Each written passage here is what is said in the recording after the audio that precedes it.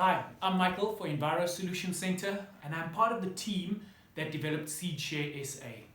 We wanted to make a video that shares with you our thinking, our strategy, and answers some of the questions that a lot of people have been asking.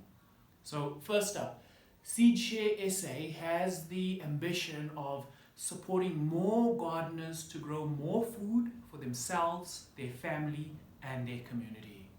We found that this was our best contribution to strengthening food security in South Africa.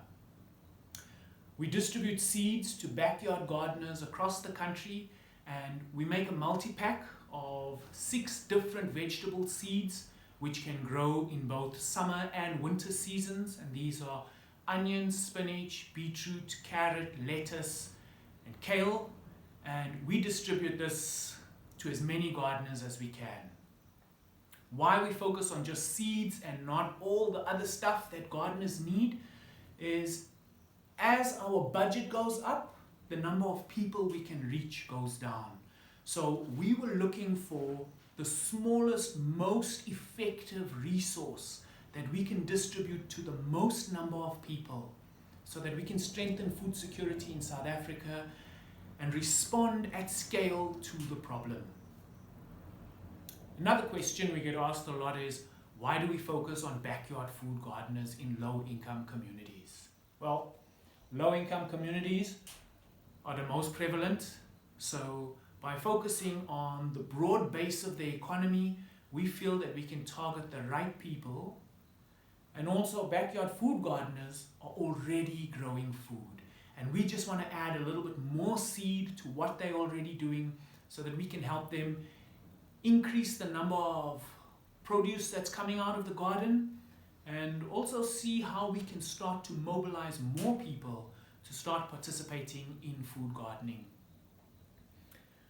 The other question is, why do we focus on groups of gardeners? Well, it ties back to we just supply seeds. So we can't provide training. Instead, we rely on networks of peer-to-peer gardeners to support each other by providing resources, ideas, opportunities, and strengthening the fabric of the community through food gardening by creating little clubs and little initiatives that they can run on their own in their community, which brings with it a sense of autonomy as they decide what they want to do to strengthen the local food system on their own. We also get asked, why do we push community food markets? Well, we see it as a logical sequence. We support people in their garden where they can take responsibility for what grows in their garden. They can take responsibility for feeding their family, and they can share that surplus with their community. By encouraging our groups of gardeners to set up markets, it provides these gardeners with a space where once a month they can harvest some stuff and sell to their community, which moves household food security to community food security. It also gives those gardeners an opportunity to talk to the community and say, when I'm not at the market, come past my house. And that starts what we call selling over the fence. When you go past Auntie Mary's house and you shout, "Hey Auntie Mary, have you got some spinach for me?" She's going to come out, she's going to pick that spinach at the time, which means she doesn't have to be concerned about packaging, she doesn't have to be concerned about storage, and you know that you're getting the best fresh veggies. So the markets are meant to just create a platform where gardeners can start informing their community about what they're doing at their homes. We see it as a logical sequence, and we hope you do too. Another question we get asked is, how come it started for free and now it's not free? So we'd love it if it could stay free. But we've also found that when we were giving it away for free, we think people were taking advantage of us, because part of what we asked for was that when you receive your seeds, please send us pictures of the distribution. But there were many people that received multiple packs of seed saying they're going to distribute to the community, but once they got the seed, we never heard from them. We also felt that we don't want to feed an entitlement syndrome or a dependency syndrome where people start to expect that things must come for free. We want gardeners to put their hand in their pocket so that they also feel the value, because we do this work, we started doing this work out of our own pocket.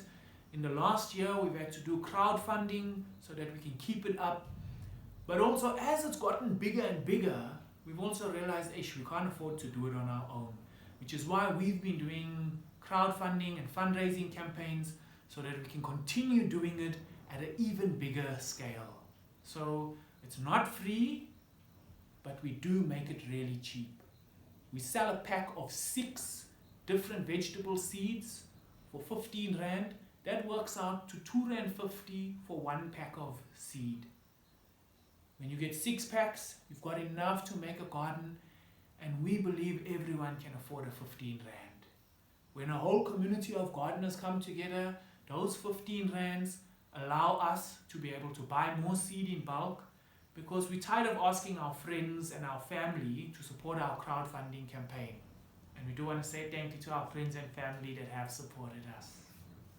So that's why we do seeds, that's why we focus on backyard gardeners, that's why we work with groups, and that's why we push markets. The other question that comes up is, what kind of seeds? Is it organic? Is it heirloom? Is it non-GMO?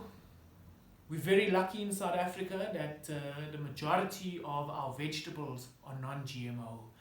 And Stark Airs, who's been our main supporter and supplier of seeds, provides heirloom varieties that are non-GMO.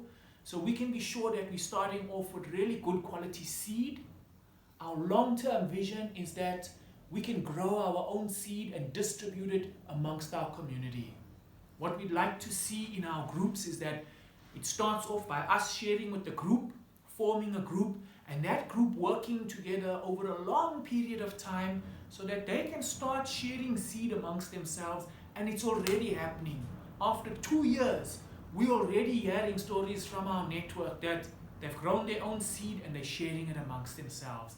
And this represents the next step in our strategy, where we are no longer the central point distributing seeds, but the community groups start being the reservoir for local gardeners to say, hey, I grew extra seed of this, I'm going to share it with my network. And that's how we see food security really taking hold in South Africa. We hope this helps you understand what it is we're doing. And if you have any more questions, please let us know. Thank you.